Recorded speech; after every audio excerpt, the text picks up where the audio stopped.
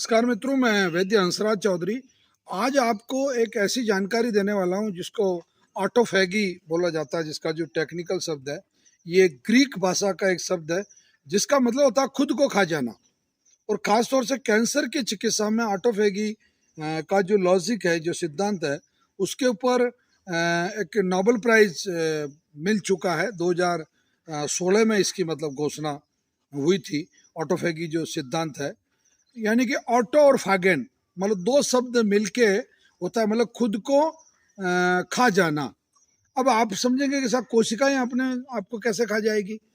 Actually आपकी body के अंदर जो कोशिकाएं हैं खुद खुद को खुद से खाने लग जाती है, और उसका जो नतीजा है वो ये निकलता है कि आपका जो जैसे WBC कम हो गई आपके शरीर में, प्लेटलेट्स कम हो गई, प्लाज्मा कम हो गया, या ये जो जब कोशिकाएं कम हो गई तो स्वाभाविक इसका शाब्दिक अर्थ क्या निकला, बल्कि इसका ये निकला कि आपके शरीर में मतलब कोशिकाओं की कमी हो गई। और कोशिकाओं की जब कमी हो गई तो कोशिकाओं की ऐसी स्थिति में मतलब आपके बॉडी की जो कोशिकाएं हैं वो रोग प्रतिरोधक क्षमता जो है आपकी वो कम हो गई। मतलब इसका सीधा सीधा अर्थ अगर मैं निकालूं तो यानी कि उसके खिलाफ लड़ने वाले जो सैनिक हैं, कैंसर की जो कैंसर ग्रसित कोशिकाएं हैं जिनको कि खत्म करना है, वो मतलब कम हो गया। अब इसका जो न्यूक्लियर सिस्टम है, इसको मैं आपको थोड़ा सा समझा देता हूँ। इसका जो न्यूक्लियर सिस्टम है, कोशिकाओं की दो चीजें होती, एक तो निश्चित उम्र होती है, मतलब कोशिका का जो माइक्रोकॉन्ड्रिया जो होता है उसके बारे में ये है कि मतलब वो उसकी एक बहुत प्रमुख भूमिका होती है। और आपकी किसी भी बॉडी में किसी भी सेल की जो DNA है उसको माइक्रोकॉन्ड्रिया तय करता है। मतलब DNA अगर किसी कोशिका का सबसे पहले चेंज होगा तो माइक्रोकॉन्ड्रिया के अंदर होगा। तो माइक्रोकॉन्ड्रिया का DNA चेंज जब हो रहा है तो यानी कि वो कोशिकाएं अपना ऑटोफेगी सिस्टम चेंज कर रही है, मतलब वो स्वयं मरना भूल जा रही है, खुद को खुद खाना। यानी कि इसको बहुत सरल तरीके से मैं समझा दूं कि आपकी WBC है, 4 दिन की उसकी उम्र है, परंतु उसने वो मरना भूल गई। ऑटोफेगी लॉजिक के तहत वो उसने अपने को मरना बंद कर दिया। RBC 120 दिन में मरनी चाहिए, उसने अपना मरना बंद कर दिया। वो बोले साहब अपन नहीं मरेंगे साहब, आपको जो करना जो कर लो।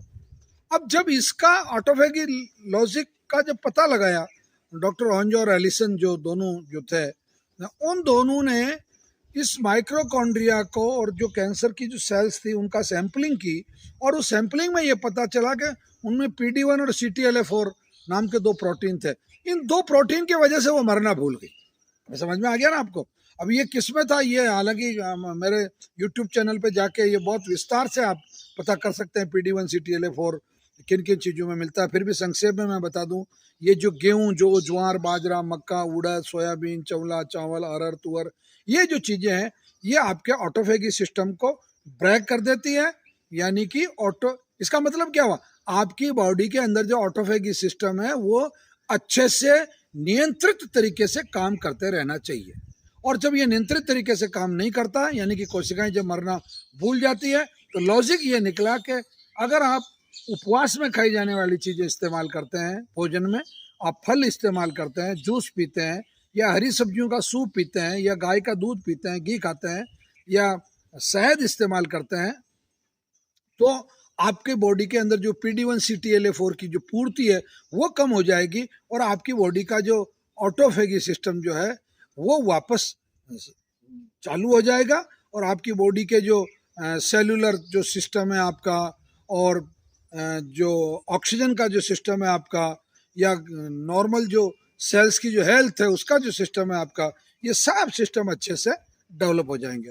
तो मित्रों, मैं कैंसर पेशेंट को कभी मतलब भूल के भी ये गेहूं, जो ज्वार, बाजरा, मक्का, उड़द, सोयाबीन, चवला, चावल नहीं खिलाएं, और अपना जो ऑटोफेगी सिस्टम है यानी कि स्वयं को खा जाने का जो सिस्टम है, यानी कि कैंसर कोशिकाओं की को जो ही उनके बॉडी में से, उनके माइक्रोकॉन्ड्रिया में से मतलब ये PD1 और CTLA4 माइनस होगा, वो पुनः ये सिस्टम डेवलप हो जाता है। और ये वीडियो आपको निश्चित रूप से बहुत अच्छा लगा होगा, वैज्ञानिक जानकारी पर आधारित है।